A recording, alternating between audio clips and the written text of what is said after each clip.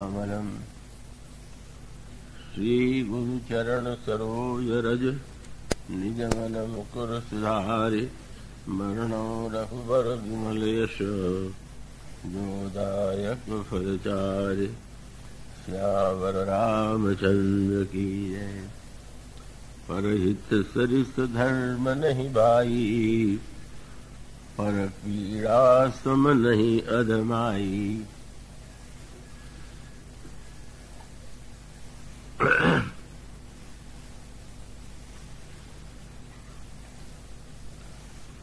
भगवत कथा रसिक श्रोतावृंद, भक्तिमती देवियों, आपके समक्ष जो अभी चौपाई पढ़ी गई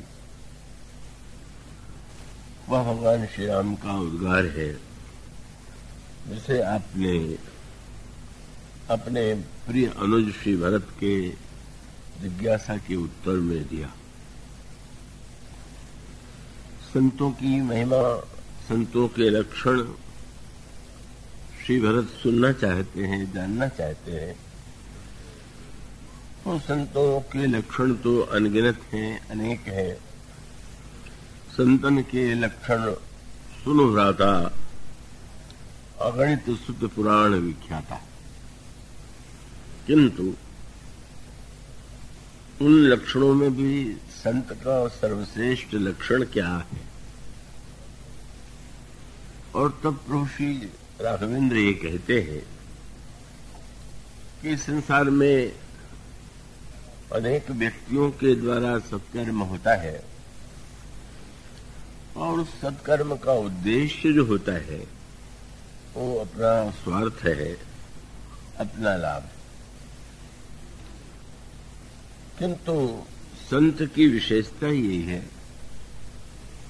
कि उसके जीवन में जो कुछ होता है, जो कुछ वह करता है, वो परहित के लिए करता है, अपने किसी स्वार्थ से प्रेरित होकर के उसके द्वारा कोई कर्म नहीं होता।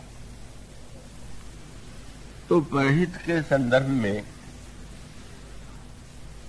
जो बात मानस में पंक्तियों के माध्यम से कही गई है वह तो है ही, पर कई प्रसंगों में तो बड़े अद्भुत रूप में परहित की महिमा बताई गई। भर्तृहरि ने नीति शतक में कहा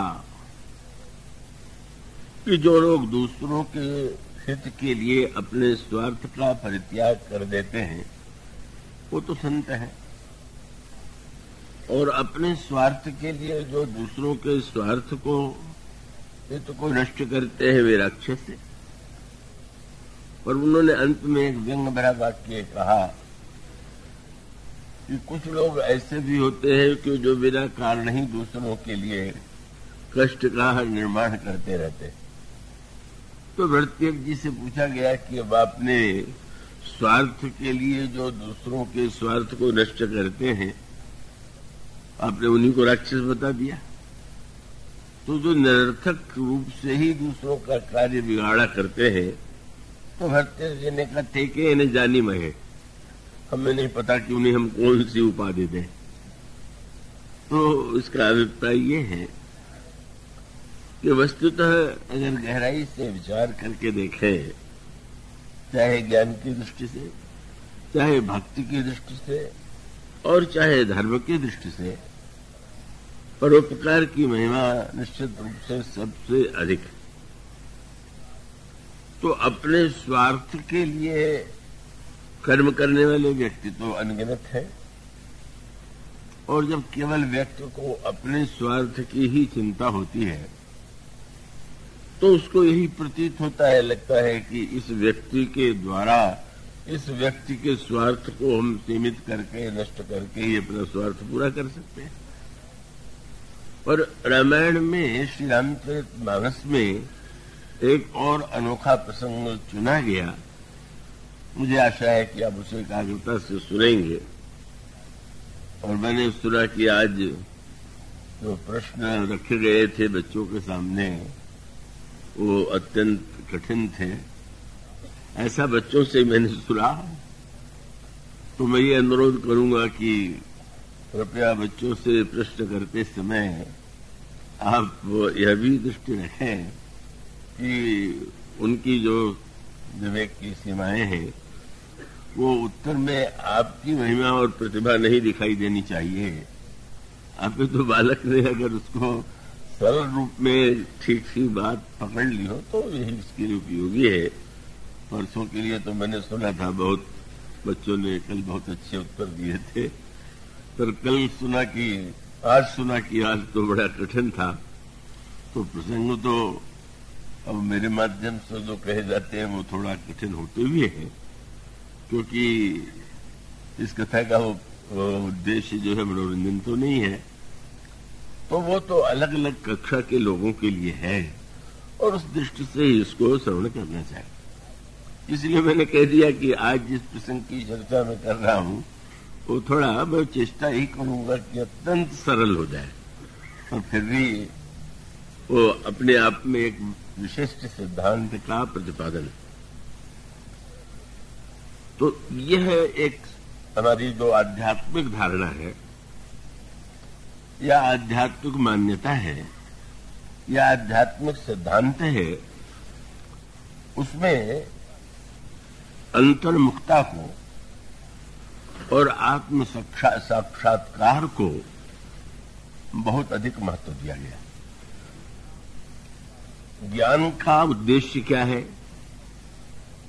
तो ज्ञान का उद्देश्य है कि व्यक्ति जो है, जो दृश्य प्रपंच है या जो संसार दिखाई दे रहा है, उससे आप अपने आप को अलग करें और विचार पूर्वक यह निर्णय करें कि ये जो वस्तुएं दिखाई दे रही हैं इसमें कितना सार है और कितना निस्सार है, और उसके पश्चात वो निस्सार को जो असद है, मिथ्या है, निस्सार है, या जो तत्काल प्रारंभ में सुखदायी प्रतीत होते हैं विषय, परंतु में जो कष्टदायी है वो उनका परित्याग करता है। और उस स्थिति का नाम ही है वैराग्य। माने जिन संसार की वस्तुओं में लोगों का राग है, तो स्वाभाविक है कि जिसमें हमारा राग है हम वही पाने की चेष्टा करेंगे। तो आत्म तत्व, ब्रह्म तत्व का साक्षात्कार करने की इच्छा तो तभी उत्पन्न होती है जब व्यक्ति को बाहर कोई ऐसी वस्तु न दिखाई दे कि जिसको आवश्यक हो, देखना आवश्यक उसे के लिए हो या उसकी ओर राग है। इसलिए रामायण में वह वाक्य पढ़ते हैं कि ज्ञान की होई विराग बिनु, कि जब तक वैराग्य नहीं होता तब तक व्यक्ति के जीवन में ज्ञान का उदय नहीं होता। तो अब जब कोई व्यक्ति बाहर के दृश्य को, प्रपंच को मिथ्या मान लेता है तो वो अंतर्मुख हो जाता है।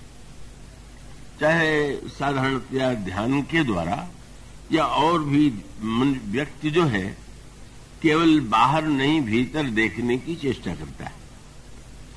और इसको महर्षि पातंजल जी ने कई श्रेणियों में बांटा है। उन्होंने उसको कहा धारण, ध्यान, धारणा, प्रत्याहार और समाधि।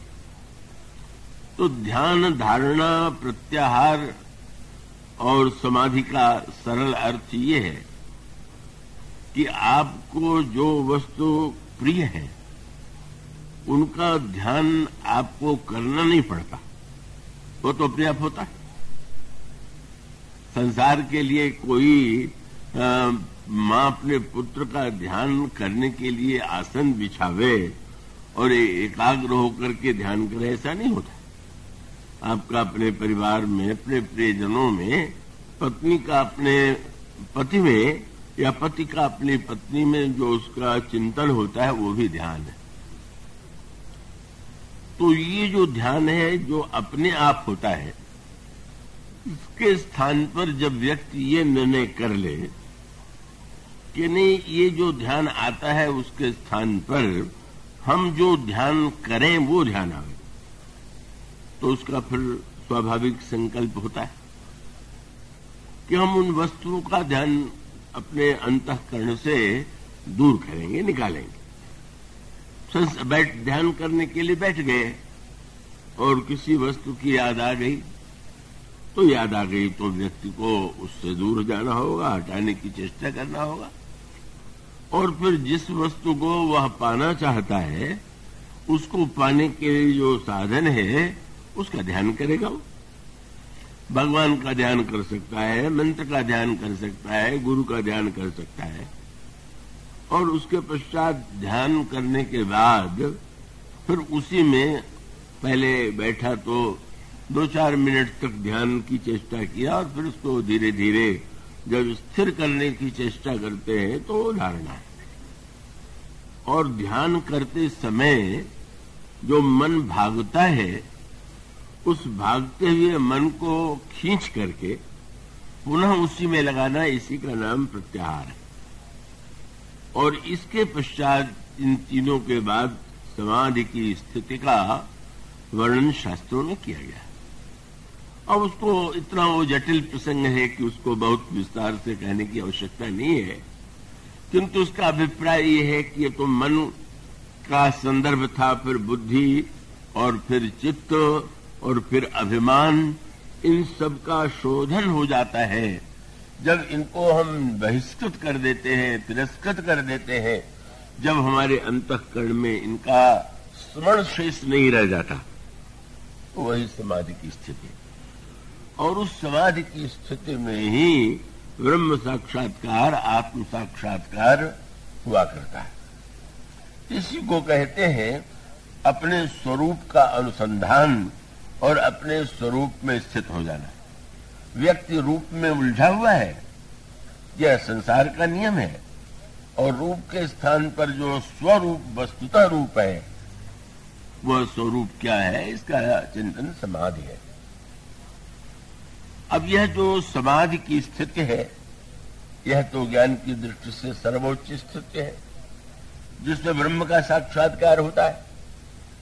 किंतु प्रश्न यह है कि यह जो आत्म साक्षात्कार है, ब्रह्म का दर्शन है, वह श्रेष्ठ है कि परोपकार श्रेष्ठ है? क्योंकि परोपकार करने की बात तो तभी आप करेंगे जब लोगों को देखेंगे, और लोगों में कौन कष्ट में है, कौन दरिद्रता से या शीत से या कष्ट से व्याकुल है, आप उसको मिटाने की चेष्टा करेंगे। तो जो भीतर चला गया उसे तो बाहर दिखाई नहीं दे रहा। अब वो एक ऐसी ऊंची स्थिति में पहुंच गया कि जहां पर संसार का या संसार का चिंतन रह ही नहीं गया। अब यह जो महानतम स्थिति है, इसमें भी स्व है पर स्वार्थ नहीं है, स्वरूप है। तो ये तुलना यदि की जाए कि व्यक्ति को अपने स्वरूप में स्थित होकर के ब्रह्म का, आत्म तत्व का साक्षात्कार करना चाहिए कि परोपकार करना चाहिए। जब आप परोपकार करने चलेंगे तो आपको लोगों का कष्ट भी दिखाई देगा, अभाव और पीड़ा भी दिखाई देगी, और तब बहुत सुंदर प्रसंग आता है मानस के प्रारंभ में। भगवान शंकर की समाधि का वर्णन रामायण में कई प्रसंगों में किया गया, और उस समय जो समाधि में भगवान शंकर स्थित होते हैं, तो वो तो समाधि का काल बड़ा विशाल होता है। उनके लिए विशाल नहीं होता है, हम लोगों की घड़ी से या हम लोगों के काल की गणना से वो बहुत बड़ा होता है। अब भगवान शंकर के चरित्र में जो चित्र प्रस्तुत किया गया, मैं आशा करता हूं गंभीर प्रसंग अवश्य है, पर आप उसे अगर समझ करके एकाग्रता से सुनेंगे तो समझ में आ जाएगा। प्रश्न ये है कि अगर हम बाहर प्रयत्न करें और प्रयत्न करने के बाद भी हमें सफलता न मिले, तब भगवान शंकर के चरित्र में भी एक ऐसा अवसर आया। अब वो संकेत ये है, बड़े महत्व का है कि ये जो कथा श्रवण है, ये क्या है? कथा श्रवण, ये गोस्वामी जी ने एक अनोखा संकेत किया। अब जो व्यक्ति अपने ब्रह्म और स्वरूप में विलीन हो गया, वह तो सुनेगा ही क्या, वह तो उस ब्रह्म के ही चिंतन में डूबा हुआ। लेकिन रामचरितमानस में एक अनोखी बात कही है कि जीवन मुक्त ब्रह्म पर चरित सुनहि तज ध्यान। जो जीवन मुक्त महापुरुष है वे भी कथा श्रवण करने के लिए ध्यान को छोड़ देते हैं, ध्यान का परित्याग कर देते हैं। भगवान शंकर के चरित्र में वह प्रसंग आता है, वे तो साक्षात भगवान है, ईश्वर है, और कैलाश पर्वत पर स्थित, यह संकेत। कैलाश का जो शिखर है वो सबसे श्रेष्ठ शिखर है, और वह शिखर अगर आध्यात्मिक भाषा में कहें तो ज्ञान का शिखर है। भगवान शिव ज्ञान के शिखर पर समासीन रहते हैं, लेकिन एक दिन उनके हृदय में कथा सुनने की इच्छा उत्पन्न हुई, और तब बहुत मधुर बात आती है। कथा सुनने के लिए व्यक्ति को दो प्रकार के श्रोता होते हैं। एक श्रोता तो वह है कि जिन्हें नीचे से ऊपर जाना पड़ता, और दूसरे श्रोता वह है कि जिनको ऊपर से नीचे उतरना पड़ता है। तो अधिकांश श्रोता तो बेचारे वही हैं कि अब भाई पहले कथा में बैठे तो शीत से पढ़िए, ऊपर उठिए। ये एक अच्छा लक्षण है कि शीत बढ़ रही है और श्रोताओं की संख्या भी बढ़ रही है, तो अब शीत से भयभीत नहीं हुए। तो यह जो स्थिति है, इसका अभिप्राय कि पहले शीत की चिंता नहीं किया, घर के कामकाज को भी थोड़ा सीमित किया, छोड़ करके आए, और इन सब करने के बाद जब बैठे तो मन को उसमें कथा सुनने में कान के साथ मन को जोड़ लिया। और जब व्यक्ति श्रवण और मन से और बुद्धि और चित्त को जोड़ करके कथा सुनता है तो उसे आनंद आता है पूरा। पर अनेक विघ्न आते हैं, नींद आ जाती, अनेक लोग इस कष्ट से कष्टग्रस्त दिखाई देते हैं।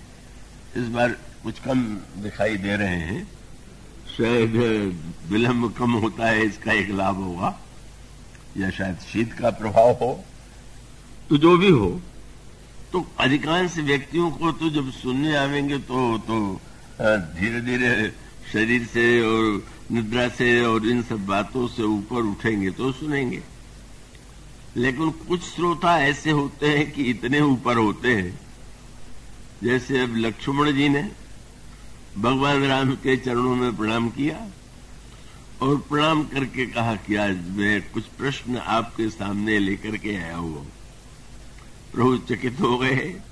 लक्ष्मण जी की सेवा ही सेवा, वो तो निरंतर सेवा में संलग्न रहते हैं, पर वस्तुतः लक्ष्मण जी को ऐसा लगा कि प्रभु जिस बात के लिए निरंतर प्रस्तुत रहते हैं वह स्थिति नहीं। प्रभु सुनने से भी उनका बड़ा प्रेम है और सुनाने से। तो लक्ष्मण जी को लगा कि संजोग ऐसा है कि कोई ऋषि मुनि सुनाने वाला यहाँ आया हुआ नहीं, और प्रभु के सामने कोई प्रश्न करने वाला नहीं है, तो चलो हम ही श्रोता बन जाएं, जिससे प्रभु को कहने में आनंद आता है। तो इसी बहाने वो तो प्रभु कैसे प्रसन्न होंगे, ये उनका व्रत है। तो इसलिए जितने दार्शनिक प्रश्न थे सब उन्होंने एक साथ कह दिए, और कह दिया कहो ज्ञान विराग और माया, कहो सुभति करो जय दाया, ईश्वर जीव भेद प्रभु सकल कहो समुझाय, जाते होई चरणरति शोक मोह बुझाए। ज्ञान क्या है, वैराग्य क्या है, माया क्या है, चरणों में भक्ति कैसे होती है, ईश्वर क्या है, जीव क्या है। मुस्कुराए, प्रभु समझ गए। और आपने एक बड़ा सुंदर वाक्य कहा, तो मैं प्रश्न तो तुम्हारे विस्तृत, पर उत्तर मैं संक्षेप में दूंगा। तो संक्षेप में देने का अभिप्राय यह है कि भाई जो साधारण होता है उसको अधिक समझाना पड़ता है, और जो विशेष विवेकी या बुद्धिमान व्यक्ति है वो बड़ी शीघ्रता से बात समझ लेता है। तो प्रभु ने ये कहा कि मैं तुम्हें थोड़े में सुनाऊंगा, लेकिन तुम्हें इस बात का ध्यान रखना होगा क्या थोर ही मह सब कहूं बुझाई, पर सुनहु तात मन मत चित लाई। रामायण भर में ये भगवान नवदा भगति कहूं तो ही पाई, मन से सुनो ये बात तो कही गई, पर प्रभु ने लक्ष्मण जी से कहा मन लगा के सुनो, बुद्धि लगा कर सुनो, चित्त लगा करके सुनो। तो क्या प्रभु को डर था क्या कि तीनों को लगा करके लक्ष्मण जी नहीं सुनेंगे? क्या लक्ष्मण जी का मन, लक्ष्मण जी की बुद्धि, लक्ष्मण जी का चित्त भी चंचल है क्या? उनकी बुद्धि में भी क्या विभ्रम है क्या? नहीं नहीं, प्रभु का रहस्य बहुत बढ़िया व्यंग था। क्या वस्तुतः लक्ष्मण जी का मन कहाँ रहता है? वो स्वामी जी ने चित्रकूट में लिखा, जब भी वे बैठते हैं भगवान राम सीता के सामने, चाहे सामने हो चाहे दूर हो, उनकी दृष्टि भगवान राम और श्री सीता जी के चरणों की ओर होती है और वो निरंतर उन चरणों को देखते ही रहते, और देखते हुए उनके हृदय में निरंतर नए नए भाव और रस का उद्गम होता है, उदय होता है। और उस समय गोस्वामी जी ने कहा कि लक्ष्मण जी के जीवन में जागने की तो बात क्या है, छिन छिन लखी सिय राम पद, जान आप पर नेह, करतन सपने लखन चित बंधु मातु पितु गे। जागृत अवस्था की तो बात क्या है, सपने में भी लक्ष्मण जी का मन कहीं नहीं जाता। ये तो कहावत के रूप में कह दिया गया। सत्य तो ये है कि लक्ष्मण जी ने तो निर्णय कर लिया कि स्वप्न में आने की समस्या तो तब आवेगी जब सोएंगे, तो सोते ही नहीं है। इतने निरंतर जागरूक, निद्रा रहित हैं और पूरी तरह से मन बुद्धि चित्त सबका समावेश प्रभु के चरणों में। प्रभु का व्यंग्य क्या था? अब मैं तो कथा सुनाऊं और तुम मेरे चरणों में ध्यान करके बैठ जाओ, तो ये तो कोई बात न हुई। अगर तुम सुनना चाहते हो तो चरणों से पहले मन को निकालो, बुद्धि को और चित्त को पहले निकालो और बस जिज्ञासु बनकर के सुनना है। मानो लक्ष्मण जी जैसे महापुरुष को तो सुनने के लिए भी थोड़ा अपने को बाहर निकालना होगा, तब कहीं सुन पाएंगे, नहीं तो सुनाई क्या देगा। उनकी तो सेवा ऐसी अद्भुत है कि छिन छिन लखी, एक एक क्षण में जो पूरी तरह से मन बुद्धि चित्त में तदाकार है।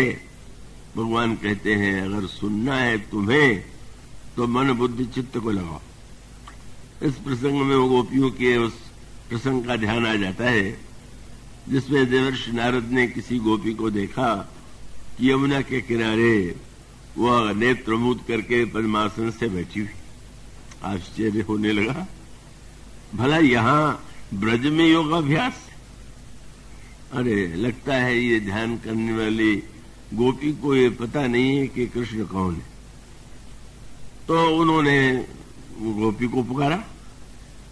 गोपी ने प्रणाम तो किया, कहा महाराज आपने तो मेरे बड़ा विघ्न कर दिया, मैं तो समाधि का अभ्यास कर रही थी।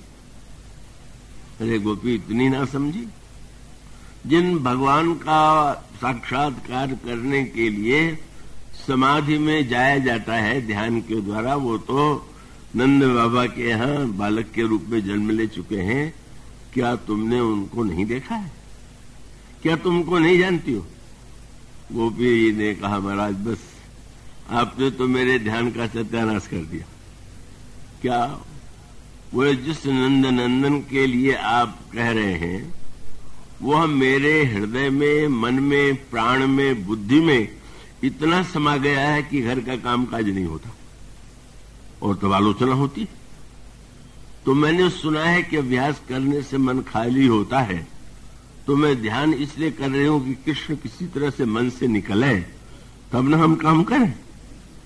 तो नारद जी ने साष्टांग प्रणाम किया। धन्य हो तुम, ध्यानाभ्यास वसीकृतेन मनसा, यन निर्गुणम निष्क्रियम। जिस निर्गुण निराकार ब्रह्म को पाने के लिए योगी लोग ध्यान करते हैं, उस ब्रह्म को तुम निकालना चाहती हो, नहीं निकलता, तो तुमसे बढ़ करके महान कौन होगा? कितना विलक्षण! वही जो संकेत आता है कि बस सर्वत्र सर्वदा हर काल में हृदय तेव श्याम मूर्ति पलन इत उत्जात। तो अब गोपियां जो हैं वो तो उस दिव्य स्थिति में है, लक्ष्मण जी उस स्थिति में है, और इसी प्रकार से भगवान शिव जो है, भगवान शिव तो स्वयं ही ईश्वर ही है, पर ईश्वर होते हुए भी कैलाश पर्वत जो ज्ञान का सर्वोच्च शिखर है, अब जब कोई व्यक्ति श्रोता बनने चले तो ज्ञानी बन के न चले। वक्ता को तो ज्ञान में बैठ के बोलना चाहिए और श्रोता को हृदय में बैठ के सुनना चाहिए, क्योंकि बुद्धि और ज्ञान में सुनेगा तो तर्क ही करता रहेगा, इन्होंने ये वाक्य गलत कहा, इन्होंने ये सही नहीं कहा। बुद्धि का स्वभाव टकराना है, सामने वाले व्यक्ति को काटना है। तो श्रवण तो आप तब करते हैं, देखना माने अपनी आंखों पर विश्वास, और सुनना माने दूसरे ने जो देखा है उसको सुनने का अर्थ है दूसरे की वाणी पर विश्वास। भगवान शंकर धन्य, वे निर्णय करते हैं कि नहीं, कैलाश पर्वत से उतर करके हम दंडकारण्य में जाएंगे। कहां? दंडकारण्य मानो अपवित्र मन का साक्षात प्रतीक है। अब मैं धीरे धीरे उसको क्रमशः और स्पष्ट कर दूंगा। दंडक बन प्रभु की न सुहावन, जन मन अमित नाम के पावन।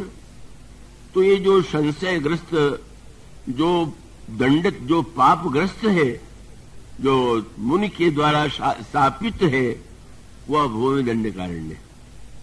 भला कैलाश की ऊंचाइयों को छोड़ करके श्रापग्रस्त का उस दंडक भूमि में जाना कैसी अनोखी सी अटपटी बात है। पर भगवान शंकर धन्य है।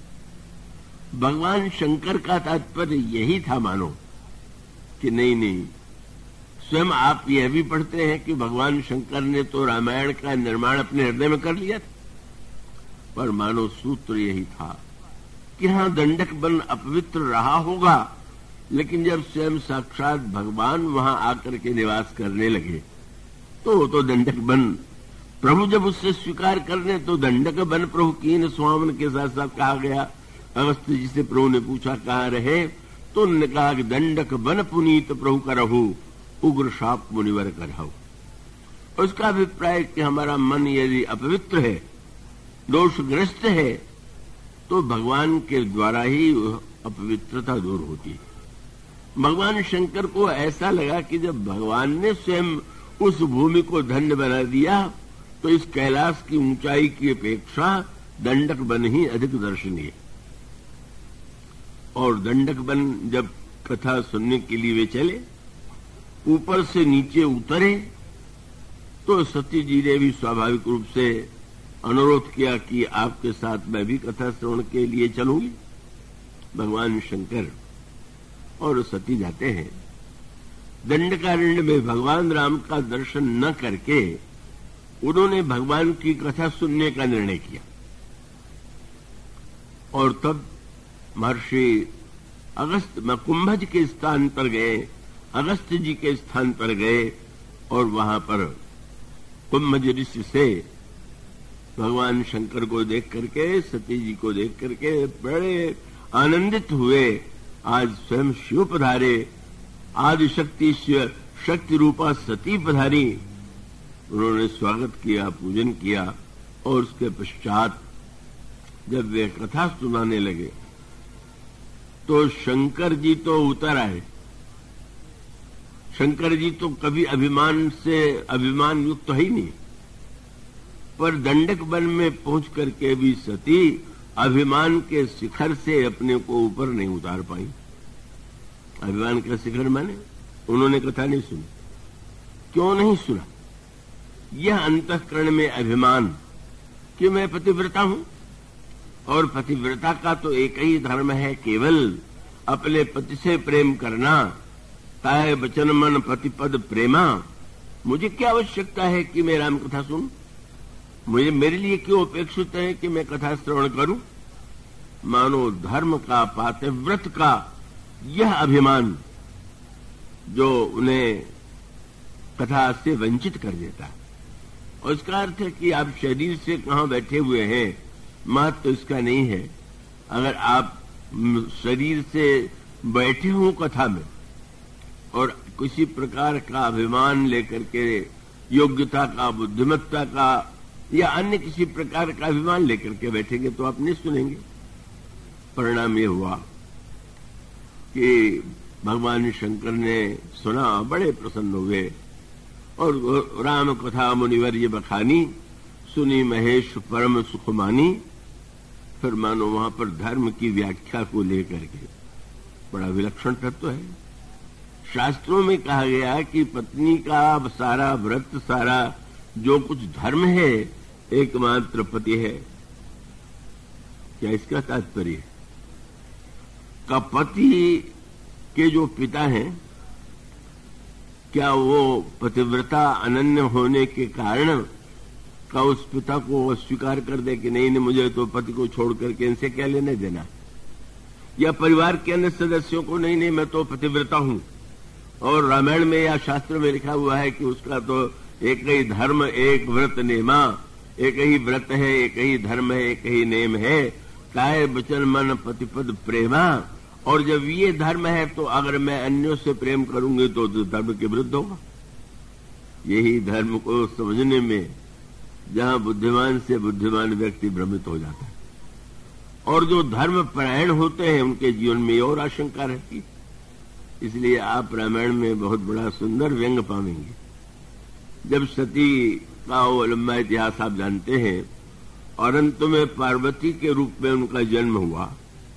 श्री राम कथा शंकर जी सुनाने लगे तो कथा सुनाते हुए शंकर जी ने देखा पार्वती जी की दशा, तो दशा देख करके उन्होंने कहा, धन्य सती, सती तुम धन्य हो, धन्य हो। सती जी ने देखा, चौंक पड़ी, ये उस जन्म का नाम क्यों ले रहे हैं? कोई सुनने में मुझसे भूल हो गई क्या? उस जन्म में तो मैं बहुत बार भूल कर चुकी हूं। पर भगवान ने मानो धर्म की परिभाषा उनको बताया। उनका अभिप्राय सती पतिव्रता को कहते हैं, उनका नाम भी सती है, और अन्य कोई भी नारी पतिव्रता हो तो उसको कहते हैं सती। तो भगवान शंकर ने मानो बहुत तो कैसे ढंग से एक नन्हे से शब्द में बहुत बड़ी बात कह देना, वो भगवान शंकर से बढ़कर के कौन जाने। मानो उनका संकेत ये था कि तुम नाम से सती थी, और यूं तुम सती के रूप में धर्म के नाते तुम मेरे प्रति निष्ठावान भी थी। पर याद रखो, आज मैं अपनी दृष्टि से तुम्हें मैं जब तुम्हें सती की उपाधि दूंगा तो इस जन्म में दूंगा, पिछले जन्म में नहीं। क्यों इस जन्म में दे रहे हैं प्रमाण पत्र? बोले, धन्य सती पावन मति तोरी, तुम सती क्यों हो? अब देखेंगे यहां कितनी गहरी बात हो गई। पत्नी हुआ है जो पति से प्रेम करे, और शंकर जी कहते हैं सती तुम धन्य हो क्योंकि तुम्हारा राम के चरणों में बहुत प्रेम।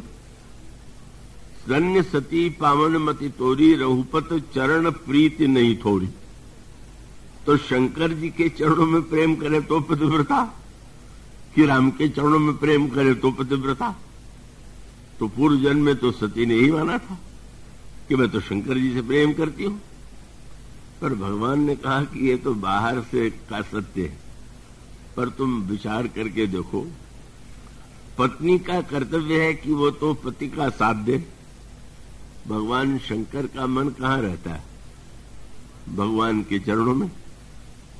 तो मानो तात्पर्य था कि पूर्व जन्म में और इस जन्म में अंतर यह है कि पूर्व जन्म में मेरा मन तो प्रभु के चरणों में था, और मेरे साथ तुम रहना चाहती तो वहीं पर तुम भी आती, लेकिन तुम प्रभु के चरणों को छोड़ करके अगर धर्माभिमान में डूब गई तो लोग कहेंगे सत्य।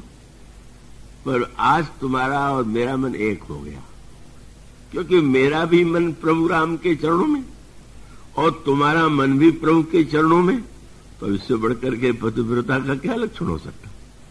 तो मानो धर्म का वह तत्व जो दक्ष पुत्री ये नहीं समझ पाई थी, और अनेक लोग नहीं समझ पाते, क्योंकि विवाह में मंत्र पढ़ा जाता है, मम चित्तम ते चित्तम अस्तु मम में मना जुषस्व, तुम्हारा और मेरा मन जो है एक हो जाए, तुम मेरा चित्त और तुम्हारा चित्त एकाकार हो जाए।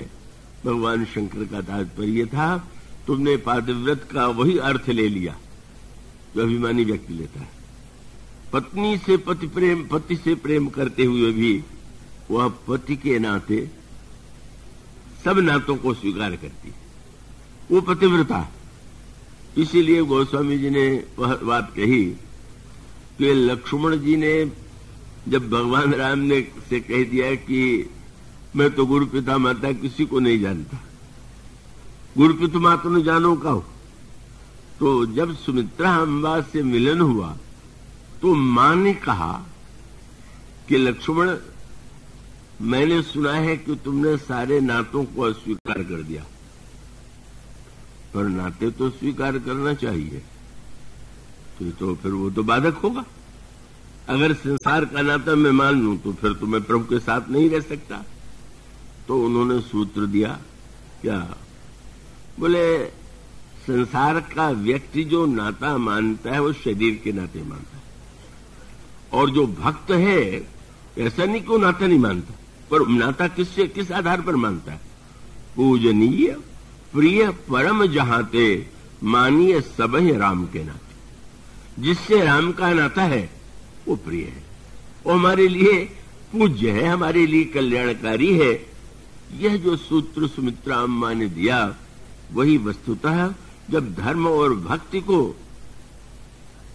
एकाकार करके व्यक्ति विचार करता है तभी धर्म के सही, जैसा कि संकेत आपके सामने दिया गया था, धर्म तो शरीर है और भक्ति प्राण है।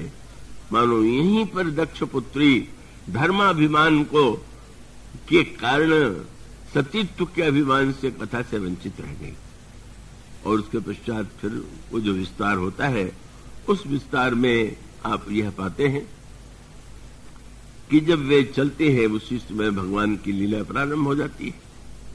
भगवान सीता जी के विरह में व्याकुल होकर के विलाप करते हुए सीता जी को चारों ओर ढूंढ रहे हैं, लता वृक्षों से पता पूछ रहे हैं। उस दृश्य को देख करके तो सती को आश्चर्य हुआ ही, कौन राजकुमार हैं जो लता और वृक्षों से अपनी पत्नी का पता पूछ रहे हैं, रो रहे हैं, विलाप कर रहे हैं। पर उससे भी महान आश्चर्य तब हुआ कि जब उस दृश्य को देखते ही भगवान शंकर की आंखों में आंसू आ गए, और उस दृश्य को देख करके भगवान शंकर आनंद में डूब गए, गदगद हो गए। किसी को रोते देख करके आप आनंद मग्न हो जाए। शंभु समय ते राम ही देखा, उर उपजा आनंद विशेखा अति हर्ष विशेषा। अभिप्राय क्या? शंकर जी ने उसके अर्थ पर ध्यान दिया।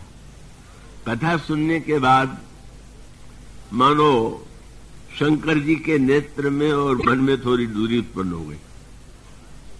शंकर जी से मानो कान ने कहा कि महाराज आपको ऐसा तो नहीं करना चाहिए। कथा के द्वारा आपने कान को तो धन्य बना दिया, और इसी दंडकारण्य में प्रभु है, और बिना दर्शन करने किए आप कैलाश लौट जाए तो नेत्र के प्रति कितना अन्याय होगा। तो स्वामी जी कहते हैं कि शंकर उरत क्षोभ सतीन जानहि मर्म सो, तुलसी दर्शन लोभ का मन में मन डर लोचन लालची।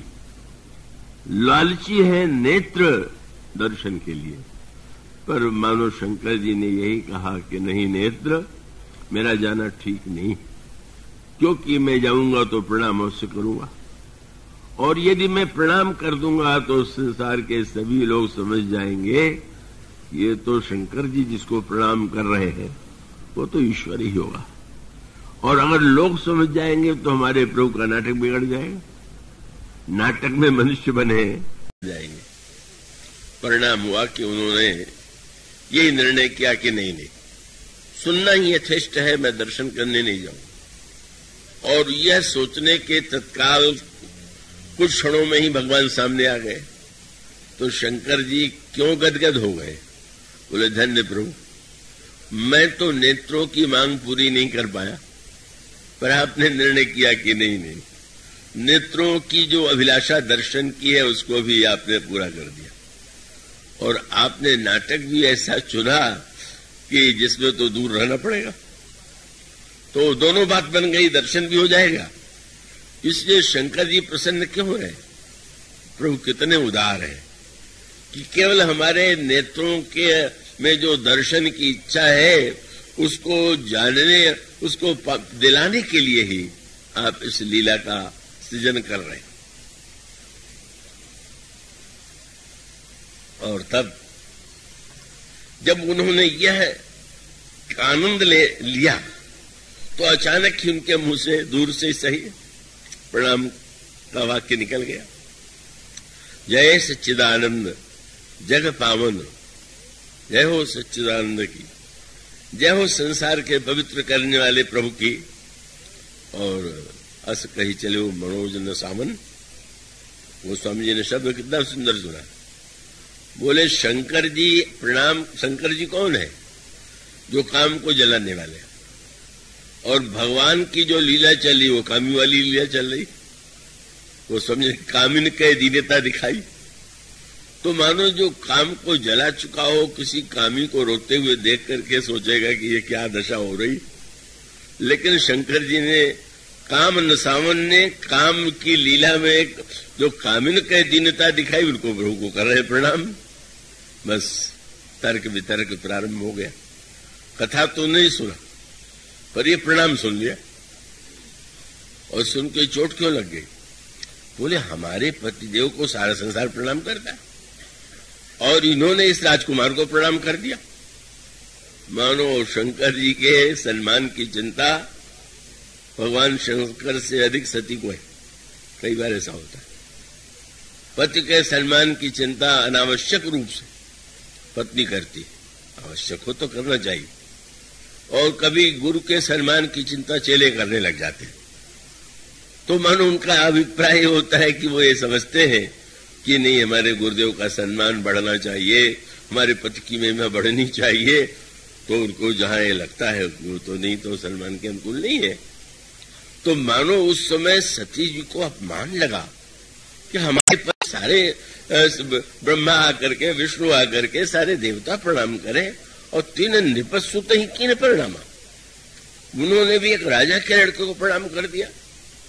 और उससे भी बुरा ये लग गया कि प्रणाम कर दिया तो कर लिया, इस शब्द की क्या आवश्यकता थी? जय सच्चिदानंद, ये काहे के सच्चिदानंद हैं और रो रहे हैं, यही आनंद का लक्षण है। लता वृक्षों से पता पूछ रहे हैं, यही चैतन्य का लक्षण है। माया मृग के पीछे भागे, यही सत का लक्षण है। एक भी लक्षण तो इनमें तीनों में का है नहीं, वो प्रणाम किए जा रहे हैं। पर फिर वही दुविधा कि अब शंकर जी से पूछना ठीक है कि नहीं ठीक है। अब वो मन में बार बार वो चिंतन कर रही है और यही लगता है कि आज हमारे पतिदेव को ही कुछ भ्रम हो गया है क्या। शंकर जी समझ गए, और समझ गए तो उन्होंने बहुत बढ़िया बात कही। रोग न हो तो बहुत अच्छा, पर रोग हो जाए तो छिपाना तो बहुत ही बुरा। भगवान शंकर ने कहा, सती मैं समझ गया, तुम्हारे हृदय में संशय उत्पन्न हो गया है और तुम संशय बताना नहीं चाहती हो। जब भी संशय उत्पन्न हो तो व्यक्ति का कर्तव्य है कि अपने संशय को, जिसकी हम पूजा करते हैं, जिसकी आराधना करते हैं, उसके सामने प्रकट कर दे। अब देखिए, गीता का जो ज्ञान है वो अर्जुन के संशय से ही तो उत्पन्न हुआ। अर्जुन के मन में धर्म की अधर्म की व्याख्या लेकर के जो संशय हुआ, वो संशय प्रकट कर दिया। और रामचरितमानस में जब भगवान राम रावण से लड़ने के लिए खड़े हैं और विभीषण को लगा, रावण रथी विरथ रघुवीरा, देख विभीषण भय अधीरा, अधिक प्रीति मन भा संध्या। पर छिपा के नहीं रखा, प्रभु के चरणों में प्रणाम करके यही कहा कि महाराज नाथ न रथ नहीं तन पद त्राणा के जीतब वीर बलवाना। मानो संशय का न होना बहुत अच्छा है, पर संशय होने के बाद उसको छिपाना, केवल यह मान करके कहीं ये हमें अधिकारी न मान ले, हमें और हीन दृष्टि से न देखने लगे। मानो सती का प्रश्न न पूछना, आपने स्पष्ट कह दिया, सुनहु सती तव नारी स्वभाव। नारी छिपाती है अपने गर्भ में पुत्र को और पुत्र को जन्म देती है लड़का। पुत्र को धारण करना ये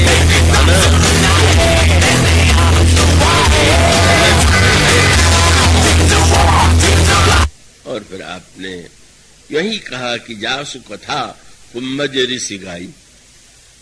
अभी जिनकी कथा अगस्त जी सुना रहे थे, अब सुना रहे थे तो सुना तो था ही उन्होंने नहीं, और उन्होंने उद्धरण वही दिया कि वही जिनकी कथा अगस्त जी सुना रहे थे और जिनकी भक्ति मैंने सुनाया अगस्त जी को, वही मेरे प्रभु हैं। भगवान शंकर प्रयत्न करते हैं, बड़े सुंदर एक रेखा है अंतर्मुखता और बाहर के प्रयत्न का, यहां पर एक सामंजस्य। प्रयत्न भगवान शंकर ने ये निर्णय नहीं किया कि जाने दो।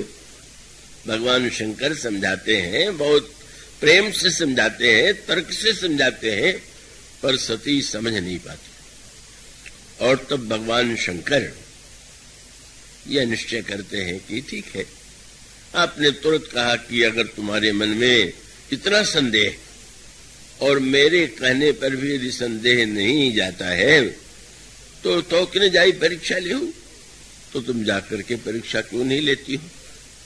फिर अर्थ लेने में सती भूल गई। उन्होंने भगवान शंकर के वाक्य को उनकी आज्ञा समझ लिया। ये आज्ञा नहीं, झुझलाहट है। कोई सेवक किसी सेवक से आप कहे पानी लाओ और वो गंदा सा पानी ला करके दे दे और आप कहे हटाओ और पूछ दे कि क्या करूं और कहे कि स्वामी नाराज होके मेरे सिर पर पटक दो, तो बुद्धिमान सेवक ये नहीं कि सच में सिर पर पटक देगा, वो तो डांटने के लिए कितनी मूर्खता का तुम्हारा कार्य है। तो भगवान शंकर तो झुंझलाहट में कहते हैं कि भाई अब इतने विद्वान हो, मेरी बात समझ में नहीं आ रही, तो जाके परीक्षा लो। पर सती जी ने तुरंत कहा कि बाप की आज्ञा तो मानना ही चाहिए। ये अनोखी बात, इतनी देर तक एक भी आज्ञा नहीं मानी, लेकिन अब आज्ञाकारी बन गई। अब आप ही जब कह रहे हैं परीक्षा लेने के लिए तो मैं जा रहा।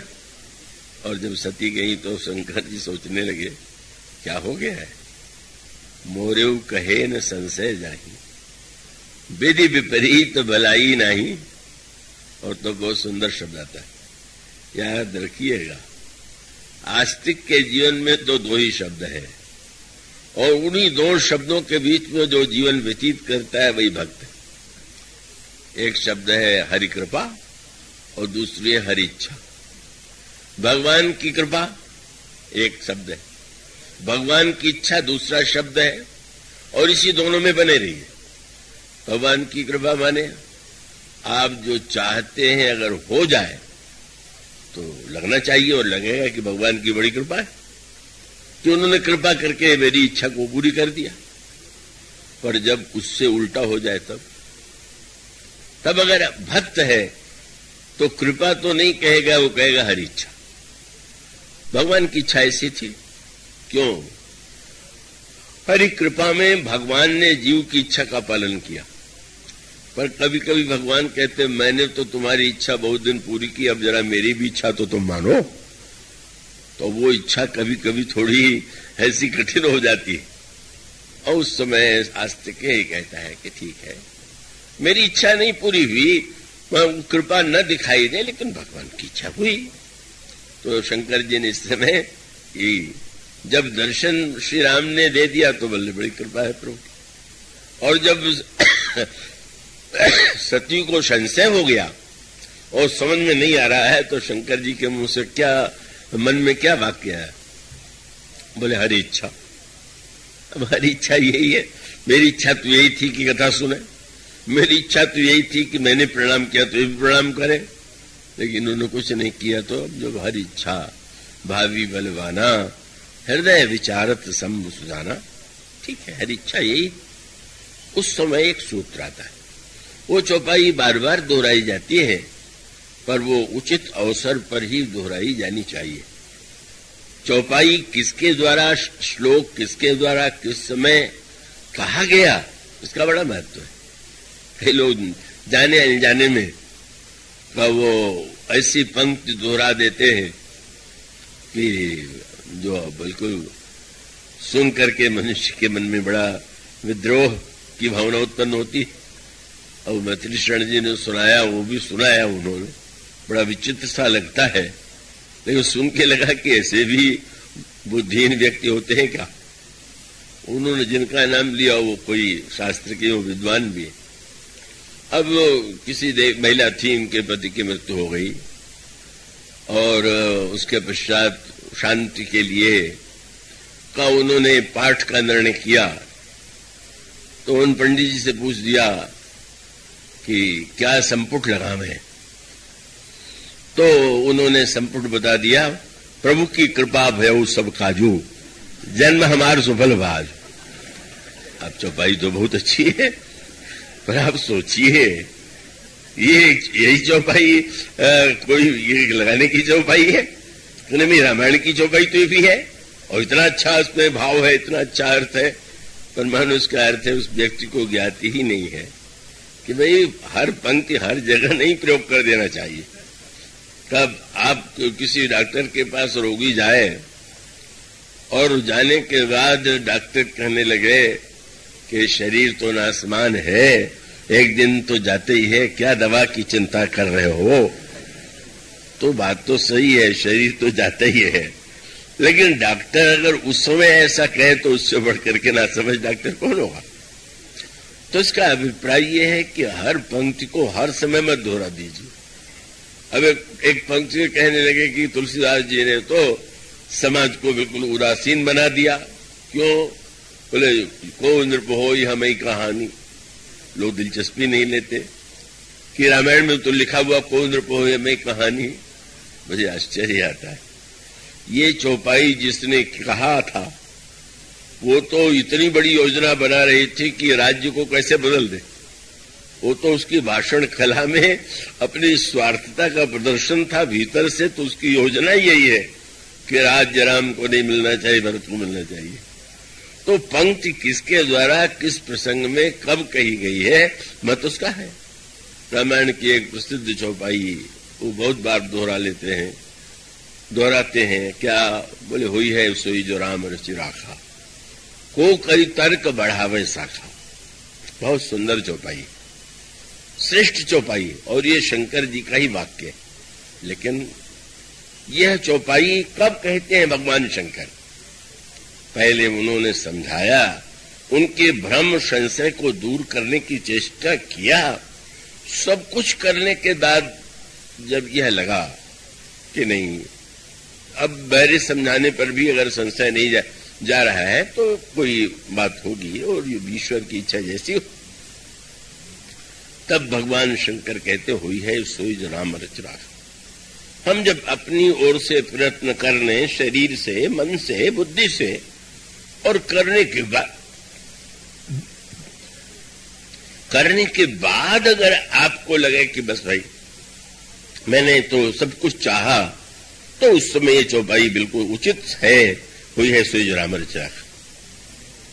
पर अनावश्यक हर समय इस चौपाई को हम कुछ न करें और यही कहते रहे हुई है सोई जो राम रच राखा, तो ये चौपाई भगवान शंकर ने तब कही जब सती को समझाते समझाते थक गए। और तब भगवान शंकर, सती जी ने सोचा कि साथ चलेंगे, तो उन्होंने कह दिया। सती जी ने कहा महाराज आप भी चले। तो उन्होंने निर्णय किया कि कथा में मेरे साथ जाके भी इन्होंने नहीं सुना, परीक्षा लेने को तैयार हो गई। शंकर जी का व्यंग था कि भाई आप दक्ष पुत्री हैं, परीक्षा ले सकती हैं, मैं इतना योग्य नहीं हूं कि ईश्वर की परीक्षा ले सकूं, इतनी बुद्धिमत्ता तो मुझे है नहीं। तो अब वो परीक्षा लेना तो मेरे बस में नहीं, तो जाओ लो परीक्षा। तो आपका समय यहाँ कैसे कटेगा? और तो वो समझ लिखा, शंकर जी ने कहा तब लगे बैठ यहाँ बट छाई। देख नहीं रहे हो बरगद की कितनी सुंदर छाया है, और बस इसी के नीचे मैं विश्राम करूंगा। इसका आध्यात्मिक तात्पर्य था संशय जंगल है, संशय के जंगल में तुम्हें संशय उत्पन्न हो गया, और बट है विश्वास, बट विश्वास।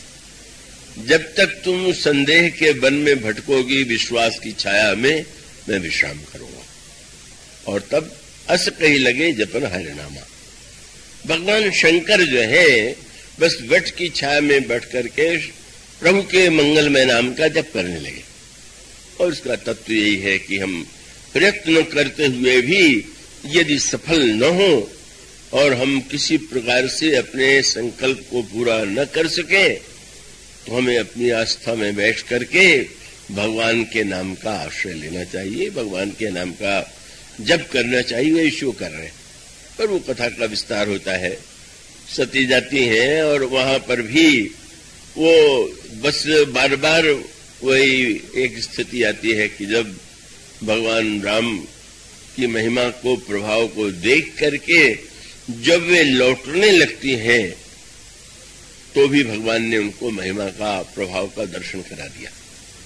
और उस दर्शन के बाद जब वे भगवान शंकर के पास गई, तो भगवान शंकर ने तुरंत ये एक वाक्य कहा, लीन परीक्षा कमन विधि। आपने परीक्षा किस विधि से लिया? क्या तात्पर्य था?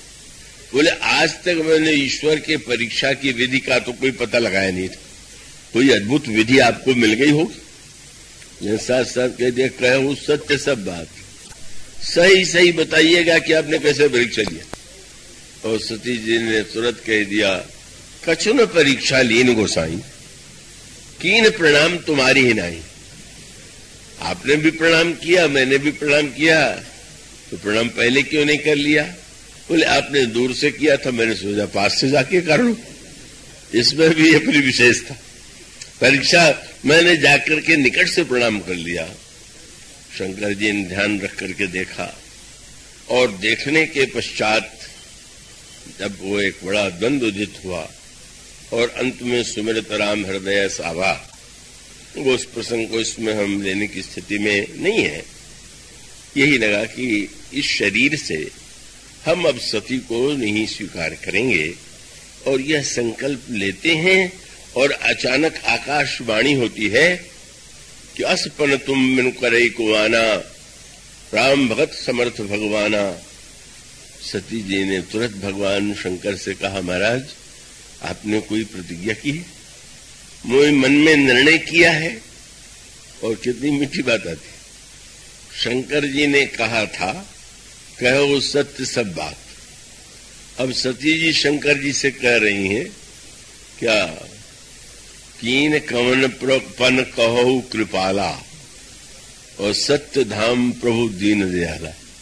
सीधे नहीं बोली कि सत्य बोलिएगा, बोले आप तो सत्य धाम है, मतलब आप तो असत्य बोलेंगे नहीं। कितने बड़े व्यंग है, और ये हम सब लोगों की दशा है।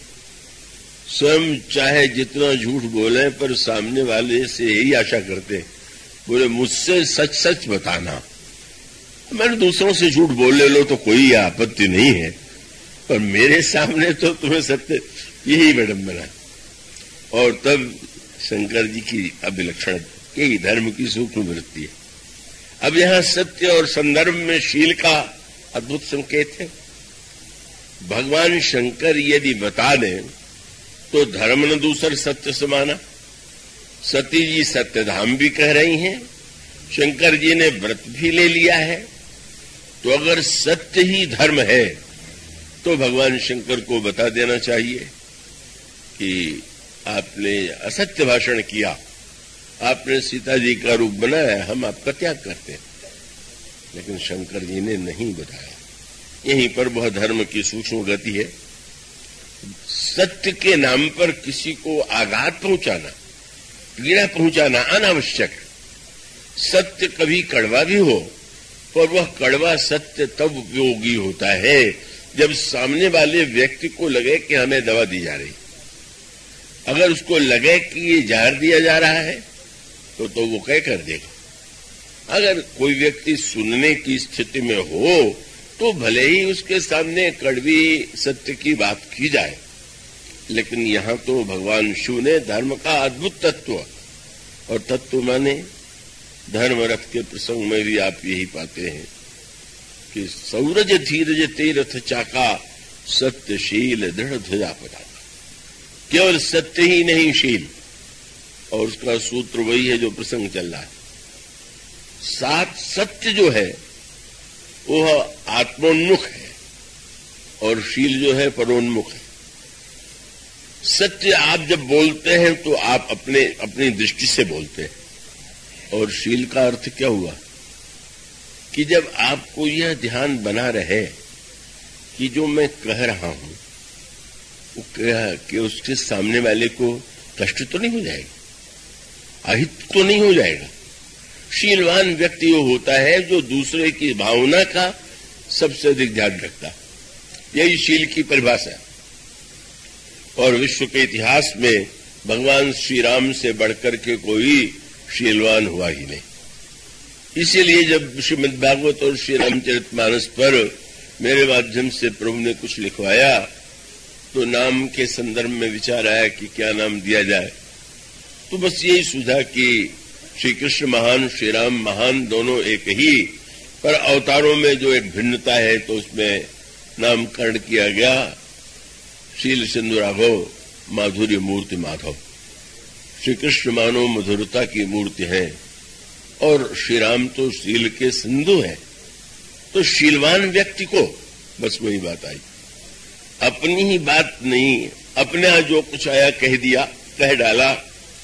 ये धर्म नहीं है। सत्य के नाम पर ये आप अन्याय कर रहे हैं, सत्य का दुरुपयोग कर रहे हैं।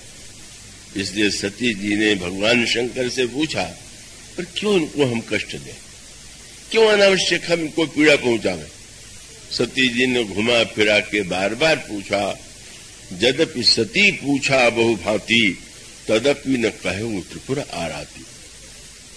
नहीं, बस आप किसी तरह से टालते गए और तब सती समझ गई कि भगवान शंकर ने मेरा परित्याग कर दिया। लेकिन अब भगवान शिव का शील फिर देखेंगे आप क्या। अब भगवान शंकर सती जी के साथ कैलाश लौट रहे हैं। सती जी बड़ी दुखी हैं। आप कहीं यात्रा कर रहे हो और बार बार कोई घटना दुख की आपके ध्यान में आ जाए तो आपको यात्रा करना बड़ा कठिन हो जाता है। चलने की थकान के साथ साथ मन में पीड़ा और मन में कष्ट। इतने उदार शंकर जी हैं कि भले ही ये व्रत ले लिया, लेकिन शंकर जी ने ये देखा ये तो बड़ी दुखी हो रही, इनका दुख कैसे हम हल्का करें। तो आप कहने लगे चलो आज तुम्हें हम मार्ग में कुछ इतिहास सुनाते हुए चलते हैं। वर्णत पंथ विविध इतिहासा। इतनी उदारता कि जिससे इनका ध्यान सुनते समय वो इतिहास की घटनाओं की ओर चला जाए। संकेत यही था कि अगर आपने प्रभु राम का इतिहास सुन लिया होता तो ये समस्या ना आती। उस समय नहीं सुना तो चलिए, इस समय हम आपको इतिहास सुना रहे। और वर्णत पंथ विविध इतिहासा विश्वनाथ पहुंचे कैलासा। शंकर जी सती के साथ कैलाश पर पहुंच जाते, पर सती जी तो हर क्षण बेचैन हो रही हैं। क्या व्रत लिया है, क्यों नहीं मुझसे बता रहे हैं। इस प्रकार से सती का जो महान कष्ट है भगवान शंकर के सामने बड़ी जटिल समस्या है। अगर वो बार बार प्रश्न करती हैं, न उत्तर दे तो कष्ट, उत्तर दे दे तो महाकष्ट।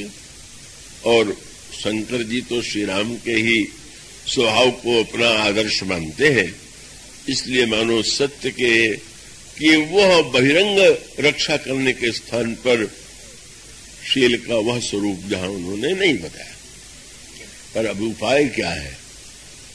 तो अब वहां पर संकेत यही किया गया। और ये मानो क्रम है। हमारे आपके जीवन में कभी ऐसी कोई समस्या आवे तो ऐसी स्थिति में क्या करना चाहिए। अब शंकर जी को लगा कि अगर हर थोड़ी देर बाद ये प्रश्न करें कि महाराज बता दीजिए तो बड़ा संकट हो जाएगा। और तुरंत आप भीतर चले गए। भीतर माने बोले शंकर सहज स्वरूप संभारा और लाग समाधि अखंड अपारा। शंकर जी समाधि में चले गए। बाहर आंधी आवे तो आप क्या करते हैं? बाहर पानी बरसने लगे तो आप क्या करते हैं? बाहर कोई इस तरह की समस्या हो तो आप क्या करते हैं? भीतर चले जाते। इसी प्रकार से बाहर अगर ऐसी स्थिति उत्पन्न हो जाए तो व्यक्ति को अंतर्मुख हो जाना चाहिए, भीतर जाना चाहिए। भगवान शंकर ने यही निर्णय किया। आप लाग समाधि अखंड अपारा, अखंड वह अपार समाधि जहां पर कोई भान नहीं, लोक का, घटनाओं का। शंकर जी को कोई स्मरण नहीं आ रहा। अब मान लीजिए भगवान शंकर ही यही याद करते रहे, सती मुझसे झूठ बोल गई, सती क्यों बोल गई, कैसे बोल गई, और वही बार बार उस पर आक्षेप करते रहे, क्यों झूठ बोल दिया तुमने मुझसे। कितना बचने का उपाय क्या? बस समाधि में चले गए। और कितने वर्ष तक रहे? बोले बीते सम्मत 87,000 वर्ष तक समाधि में रहे। अंक सुन के घबरा मत जाइएगा। हम लोगों की घड़ी में उनकी घड़ी में बहुत बड़ा अंतर है। ये मनुष्य का 24 घंटा और देवताओं का 24 घंटा और ब्रह्मा का, शास्त्रों ने कहा सबकी आयु 100 वर्ष की, ब्रह्मा की आयु भी 100 वर्ष। पर उन्होंने कहा कि नहीं, ब्रह्मा का दिन और वर्ष उनका मापदंड अलग है। क्या वो कहते हैं कि चारों युग जब 1000 बार व्यतीत हो जाते हैं तो ब्रह्मा का एक प्रहर होता है या एक दिन होता है। और ऐसे 100 वर्ष की आयु तो बड़ा दिन लंबा है। पर उससे भी बड़ी बात यह कही गई कि जब ब्रह्मा जी के 100 वर्ष पूरे हो जाते हैं तो शंकर जी का एक पल होता है। अब भला बताइए, 87,000 का अंक हम लोगों के लिए तो बड़ा आतंक पैदा करने वाला है। लेकिन वहां 87,000 वर्ष का तो कोई अर्थ ही नहीं। तो वो तो मानो ब्रह्मा के एक दिन में भी कुछ नहीं, बहुत थोड़ा सा। शंकर जी चले जाते हैं। उसके बाद जो प्रसंग आता है, ये प्रसंग में जो आते हैं अवसर, उसमें धर्म का जो एक विशेष महत्वपूर्ण तथ्य है जिसकी ओर बार बार ध्यान दिया गया है। भगवान शंकर समाधि में चले जाते हैं, उसके संदर्भ से वो जो जुड़ी हुई कथा आती है। अब शंकर जी शंकर सहज स्वरूप समारे, शंकर जी स्वरूप में चले गए। रूप से समस्या आई तो स्वरूप में चले गए। और उसका एक दुष्परिणाम सामने तब आया। उसके पश्चात समाधि का त्याग करते हैं, फिर सती यज्ञ स्थल में जाती हैं, शरीर का त्याग करती हैं, और सती जी जो है अंत में शरीर का त्याग करके पार्वती के रूप में जन्म लेती है। भगवान शंकर फिर से पहले एक बार और बाद में सती के शरीर के त्याग के बाद भगवान शंकर समाधि में स्वरूप में स्थित हो जाते हैं। और जब स्वरूप में स्थित हो गए तो उसका लाभ किसने लिया? वो असुरों को मिला। ये एक बड़े महत्व का पक्ष है। आपकी अंतर्मुखता आपको शांत बनावे, यह तो उपयुक्त ही है। पर अगर आपकी अंतर्मुखता का परिणाम यह हो कि आप बाहर देखना ही बंद कर दें, जो होता है वो होने दो, हमें क्या लेना देना है, तो उसका परिणाम होगा कि बाहर न जाने कितना अन्याय हो सकता है, बाहर न जाने कितने बुरे लोग मनमाना कार्य कर सकते हैं। यहीं पर वह सूत्र आता है कि उस समय शंकर जी तो स्वरूप में निमग्न हैं और एक असुर जिसका नाम तारकासुर है। तारकासुर ने देखा कि शंकर जी तो समाधि में है, और जब ब्रह्मा वरदान लेने के लिए आए तो तारकासुर यह जानता था कि अगर ब्रह्मा जी से कहा जाए कि मेरी मृत्यु कभी नहीं होगी, न हो, तो कह देंगे कि वो तो मृत्यु लोक में मृत्यु तो अनिवार्य है। इसलिए उसने सोचा कि ऐसे असंभव पद्धति से मृत्यु मांगे कि जो संभव न हो।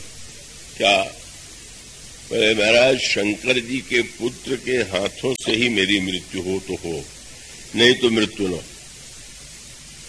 ब्रह्मा बड़े प्रसन्न हुए, लेकिन शंकर जी के पुत्र के साथ साथ तारकासुर ने एक बात कह दी कि शंकर जी मन से भी पुत्र उत्पन्न कर सकते, वैसे पुत्र से नहीं, शंभु शुक्र संभूत सुत, बस शंकर जी के वीर्य से जो पुत्र उत्पन्न हो उसी से मेरी मृत्यु हो। अब इसका तत्व जो है वो शब्द ऐसा है, उसका अभिप्राय यह है कि दो स्थितियां, एक ब्रह्मचारी का अर्थ यह है कि उसके शरीर में भी तो वीर्य का निर्माण होता है, पर वीर्य का निर्माण जब का उसको वो सीधे अधोगामी न बना करके ऊर्ध्व में ब्रह्म से एकाकार होने के लिए, ब्रह्म अनुभव करने के लिए जब वह वीर्य उत्थित होकर के का व्यक्ति के जीवन में ऐसे रूप में परिवर्तित हो जाता है कि तेजस के रूप में या सत्व के रूप में, शुद्ध सत्व के रूप में, तब वो व्यक्ति जो है ब्रह्म में विचरण कर रहा। तो अब तर्क ये था तारकासुर का कि अधोगामी शुक्र और ऊर्ध्वगामी शुक्र, तो समाधि में तो शिव का स्वरूप ही ऊर्ध्व है, और विवाह तो व्यक्ति तब करता है जब इसको किसी प्रकार के अभाव का अनुभव हो, और शंकर जी तो अपने स्वरूप में ही परिपूर्ण है, और अपने स्वरूप में परिपूर्ण है तो वो न तो ऊपर से नीचे उतरेंगे, न विवाह करेंगे, न बेटा होगा, न मैं मरूंगा। ये जितने असुर होते हैं अपने को बुद्धिमान बहुत मानते, योजनाएं इनकी बड़ी ही बुद्धिमानी से होती है। शंकर जी की वृत्ति क्या अधोगामी हो सकती है क्या? शंकर जी क्या अपेक्षा करेंगे क्या? और उसका परिणाम हुआ कि तारकासुर ने सारे देवताओं को हरा दिया, सबको जीत लिया। उनको मार कोई इसलिए नहीं सकता है कि वरदान जो मांगा है शंकर जी समाधि में, यहां पर दो सूत्र, और उसी से परहित की महिमा सामने आती। क्या शंकर जी जब समाधि में हैं तो एक दिन भगवान राम उनके सामने बाहर आ गए, प्रकट हो गए। क्या तात्पर्य था? भीतर ही नहीं महाराज, बाहर भी तो देखिए। क्या मैं भीतर हूं, बाहर नहीं हूं क्या? और बाहर है तो आप बाहर दृष्टि डालिए। तो जानबूझ करके प्रभु हृदय में तो एकत्व का अनुभव हो रहा था, प्रकट हो गए। प्रगटे राम कृतज्ञ कृपाला, रूप शील निज तेज विशाला, और बहु प्रकार शंकर ही सराहा, तुम बिनु अस व्रत को निर्वाहा। और भगवान शंकर ने कहा से प्रभु ने कहा, आप तो बड़ी सुंदर कथा सुनाया करते हैं, पर आज मैं आपको कथा सुनाऊंगा। बड़े प्रसन्न हो गए, स्वयं प्रभु अपने श्रीमुख से कथा सुनावेंगे। किसकी कथा सुनावेंगे? आश्चर्य हुआ शंकर जी को कि अति पुनीत गिरिजा के करणी, विस्तर सहित कृपा निधि वर्णी। बड़े विस्तार से कैसे सती ने शरीर छोड़ा, शरीर छोड़ करके हिमालय की पुत्री बन करके कैसे उन्होंने जन्म लिया, कैसे इस प्रकार से वे तपस्या कर रही हैं, कितनी शीलमयी है, कितना उदार स्वभाव है, कितनी तपस्वी है। जब वे गुण गाने लगे तो शंकर जी के आंखों में आंसू आ गया। पार्वती का गुण सुन के आंसू नहीं आया। शंकर जी को लगा कि प्रभु कितने कृपालु हैं, जिन सती ने हमारे प्रभु की कथा नहीं सुना उनकी कथा आप सुना रहे। ऐसा उदार कौन हो सकता है? और इतने आनंद मग्न हो गए। और फिर भगवान ने कहा कथा की दक्षिणा क्या? बोले अब विनती मम सुनो सियो, जो मोह पर निज नेव, जाय विवाह शैल जहि, यह मोहि मांग देव। आप जा करके यहाँ पार्वती से विवाह कीजिए। अब शंकर जी तो प्रभु के गुणों में डूबे हुए, शिव जी कहने लगे कि ये बड़ा संकट है। कहा शिव यद्यपि उचित अस नाही, नाथ बचन पुण्य मेट में जाही। उचित मुझे तो नहीं लग रहा है, पर आपका वचन टाला भी तो नहीं जा सकता है, इसलिए बस आज्ञा सिर पर नाथ तुम्हारी। महाराज आपकी आज्ञा सिर माथे। सुनते ही भगवान राम को चिंता हो गई। मेरी आज्ञा को रखने के लिए उन्होंने सही स्थान नहीं चुना। कह रहे कि आपकी आज्ञा सिर माथे, तो सिर माथे का रखना तो बड़ा खतरनाक, क्योंकि आज्ञा सिर पर रखेंगे, गंगा की धारा बह रही, आज्ञा भी बह जाएगी। इसलिए कहने लगे मेरी आज्ञा सिर पर मत रखिए। तब बोले अब उर राख्यो जो मैं कहूं। मेरी आज्ञा को बुद्धि से मत मांगिए कि बोझ बन गया चलो ढोए, मेरी आज्ञा को हृदय में रखिए। अब शंकर जी बोले तो नहीं, पर गोस्वामी जी ने बड़ी मीठी बात लिखी। जैसे आप किसी को नशा पिला करके कहे बहुत होश में रहना, ये तो अद्भुत बात हो गई।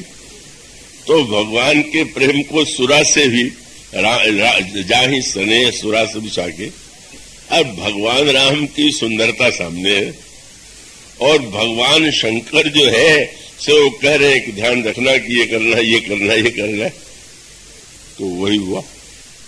अब रूप का आनंद सामने है और विवाह की आज्ञा है, और प्रभु ने कह दिया मेरी आज्ञा को हृदय में रखना, और वो आज्ञा को तो हृदय में उन्होंने रखा नहीं।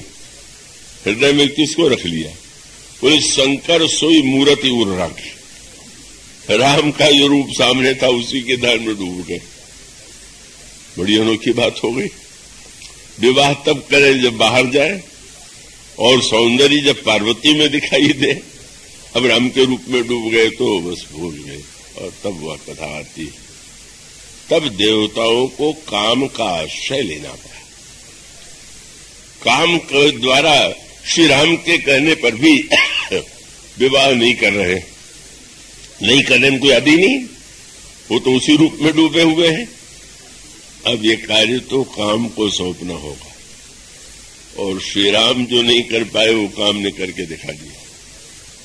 काम ने करके इस रूप में दिखाया, देखा है कि देवता और मुनियों ने काम की स्तुति किया, तो स्तुति सुन के काम को हंसी आ गई। मेरी निंदा तो सर्वदा होती रहती थी, आज नई बात हो गई। अस्तुति सुरन कीन बहु हेतु प्रगटे विषम बान जग केतु। प्रकट हो गया काम सामने। राम को तो प्रकट किया जाता है, पर आज काम को भी देवताओं ने प्रकट किया और ये बता दिया कि जब तक शंकर जी बाहर नहीं आवेंगे, अपने स्वरूप में ही डूबे रहेंगे, तब तक तारकासुर का राज्य बना रहेगा। और उनको भीतर से बाहर निकालना, प्रभु गए बाहर निकालने पर और भीतर पहुंचा दिया।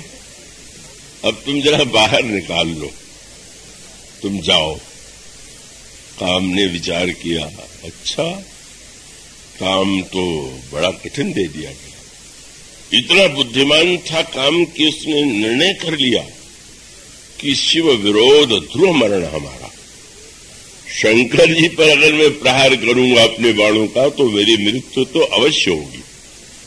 तो कह देना चाहिए न महाराज हम मरने को तो लिए थोड़ी बने हुए, लेकिन उसके मुंह से जो वाक्य निकला वही था कि मैं जानता हूं कि शंकर का इस प्रकार से विरोध करने पर, प्रहार करने पर मेरी मृत्यु होगी, फिर भी मैं जाऊंगा शंकर जी पर प्रहार करूंगा, उनको बाहर ले आऊंगा, मेरी मृत्यु हो जाएगी।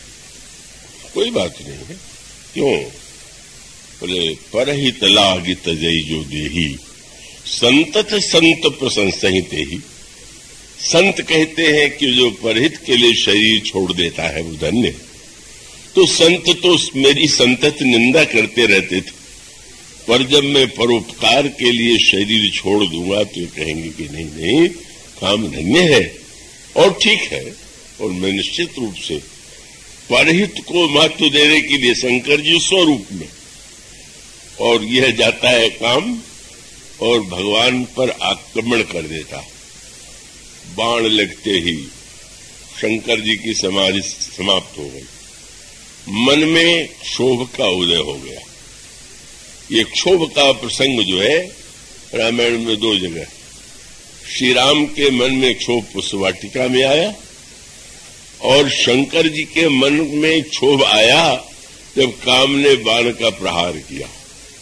भय ईश मन क्षोभ विषय की, और भगवान राम ने लक्ष्मण से स्वयं कहा कि जासु बिलोक ये लौकिक शोभा, सहज पुनीत मोर मन क्षोभा।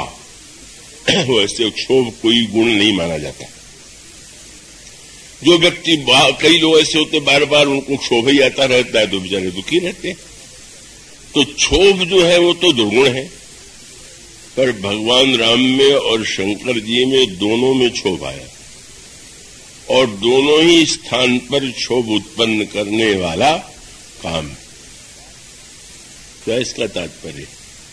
उसका दृष्टांत यूं दें कि जैसे दूध है तो दूध तो बहुत पौष्टिक होता है, पर कई लोग ऐसे होते हैं कि जिनको दूध नहीं पचता है, तो फिर वैद्य बताते हैं कि आप दही का सेवन कीजिए। डॉक्टर भी कहेंगे दही का सेवन कीजिए।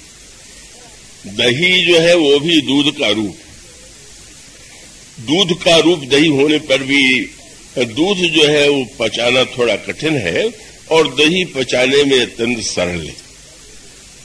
तो याद रखिए, 2 तरह से दूध का रूप बदलता है। एक तो बर्तन गंदा हो, बूंद से खटाई पड़ जाए तो दूध का रूप बदल जाएगा, पर वो जो रूप बदलता है उसमें आप उसको देख के कहते हैं भाई दूध फट गया। और उसी दूध में दही बनाने के लिए आप जब स्वयं अपनी ओर से दही का खटास, दही का जामन डालते हैं, वहां भी दूध बदल गया।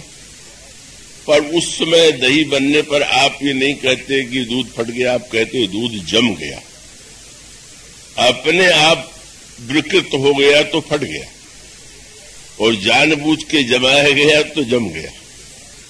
क्षोभ भी इसी प्रकार से है।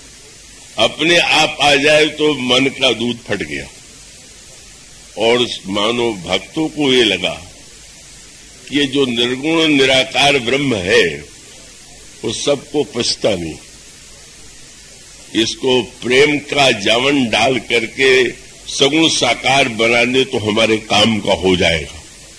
इसलिए भक्त जब अपनी भावना के द्वारा, प्रेम के द्वारा उस ब्रह्म को बदल देता है, तब मानो सबके लिए कल्याणकारी हो जाता है। मानो शंकर जी को भी हृदय में काम ने देवताओं के कहने से जामन डाल दिया, महाराज बदलिए तो। अब भले ही, और श्री राम के द्वारा भी जब क्षोभ उत्पन्न हुआ, अगर शंकर में क्षोभ उत्पन्न न हो तो विवाह न हो, तारकासुर मारा न जाए, और भगवान राम में क्षोभ उत्पन्न न हो तो न धनुष यज्ञ हो, न अंत में रावण का विनाश हो। इसलिए हम लोगों को क्षोभ से ऊपर उठना है और भगवान में क्षोभ पैदा करना। साधना ये है कि किसी तरह से भगवान में भी तो क्षोभ पैदा हो, और तब वह क्षोभ जो था उत्पन्न हो गया शंकर जी के हृदय में। आ गया क्रोध, किसने मेरे हृदय में क्षोभ उत्पन्न कर दिया। और उन्होंने आंख उठा के जब काम को देखा तो जल करके नष्ट हो गया, हाय हाय हो गया। काम बेचारा परोपकार करने गया, परहित करने गया, उसको जला दिया गया। रति ने जब आकर के विलाप किया तो भगवान शंकर ने कहा, शरीर मिट जाने पर भी तुम्हारा पति जीवित सबके हृदय में रहेगा। महाराज मुझे तो शरीर चाहिए, मैं तो काम की पत्नी हूं। तो भगवान शंकर ने जो वरदान दे दिया, अद्भुत वरदान था। ये 2 ऐसे पात्र हैं। यह अंत में काम को भगवान शंकर ने पहले जलाने के बाद जो वरदान दिया, वह वरदान तो इतना महान है कि वो तो कठिन से कठिनतम था। कह दिया कि तुम घबराओ नहीं, जब द्वापर युग में भगवान कृष्ण के रूप में जन्म लेंगे तो तुम्हारा ये जो पति काम है उनका पुत्र बन जाएगा। भगवान का पुत्र बनने का सौभाग्य, आत्मा वही जाए थे पुत्र। कृष्ण और काम का ये जानते होंगे कि कृष्ण मंत्र का बीज मंत्र भी, बीज जो है वो क्लीम, और काम का बीज भी जो क्लीम है। मानो जहां पर भगवान काम से मिलकर के एकाकार हो गया, पुत्र हो गया, रति भगवान की पुत्र वधू बन गई। क्यों? बोले जिसने परोपकार के लिए शरीर छोड़ दिया।